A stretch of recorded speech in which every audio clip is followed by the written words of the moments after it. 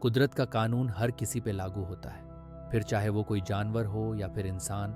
जिस तरह आज कई जानवर ऐसे हैं जो एक्सटिंक्ट स्पीसीज में आते हैं, तो क्या पता कि एक दिन ऐसा हो कि इंसान की गिनती भी एक्सटिंक्ट स्पीसीज में हो रही हो। तो आज के वीडियो में हम आपको कुछ ऐसे एनिमल्स के बारे में बताएंगे जिनका एक समय में अर्थ पर राज हुआ करता था, लेकिन आज वो इस अर्थ पर एग्जिस्ट ही नहीं करते। वीडियो को देखने से पहले लाइक एंड सब्सक्राइब ज़रूर करना।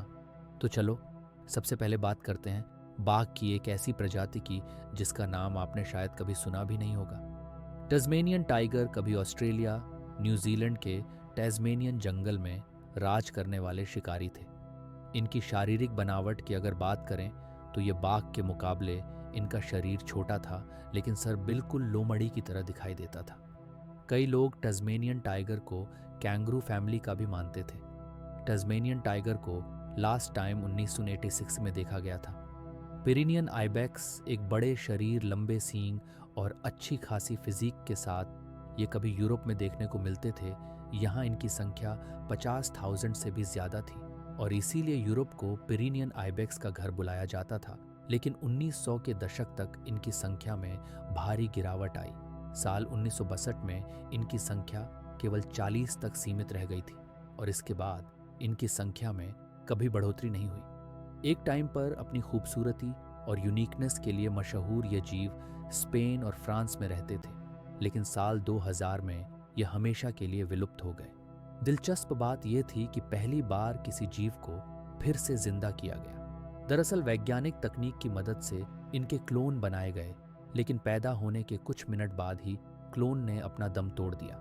हालांकि इस जीव की क्लोनिंग को आज भी एक सक्सेसफुल एक्सपेरिमेंट के रूप में देखा जाता है।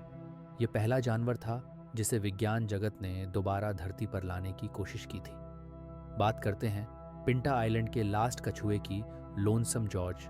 आज यह कछुआ हमारे बीच नहीं है, लेकिन यह अपने प्रजाति का एकमात्र सदस्य था। साल 1971 में यह पिंटा आइलैंड पर पाया गया था।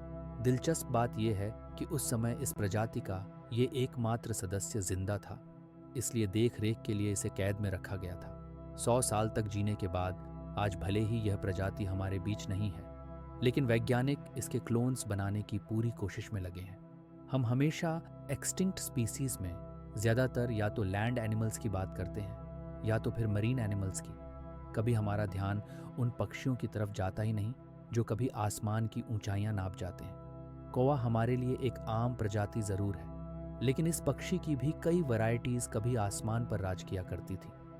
आसमान उनका घर हुआ करता था, लेकिन आज कई पक्षी अपना अस्तित्व खो चुके हैं। उन्हीं में से एक है हवाईयन क्रो।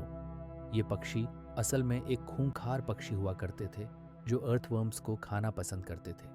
इनके नहीं होने से अर्थवर्म्स को तो राहत ज़रूर मिली, लेकिन इनका विलुप्त होना बेहद दुखद था। और सबसे अनोखी बात है कि हवाईयन क्रो के विलुप्त होने का कारण शिकार नहीं था, बल्कि प्राकृतिक रूप से अपने आप धीरे धीरे संख्या में कम होने लगे और एक वक्त आया जब ये हमेशा के लिए धरती से गायब हो गए। साल 2002 में IUCN ने इन्हें एक्सटिंक्ट स्पीसीज घोषित कर दिया था। राइनो आपको कई जगह जंगलों में देखने को मिलेगी, लेकिन वेस्टर्न ब्लैक राइनो नहीं, क्योंकि IUCN ने इन्हें 2011 में ही एक्सटिंक्ट स्पीसीज घोषित कर दिया था। लेकिन इन राइनो के विलुप्त होने में इंसानों का सबसे बड़ा हाथ है। हम इंसान अपने मतलब के लिए किसी भी जानवर को नहीं छोड़ते, तो फिर वेस्टर्न ब्लैक राइनो को कैसे छोड़ सकते थे? माना जाता है कि वेस्टर्न ब्लैक राइनो के सींग को काले बाजार में बेचा गया। कई दवाइयां भी इनके सींग से बनाई गईं।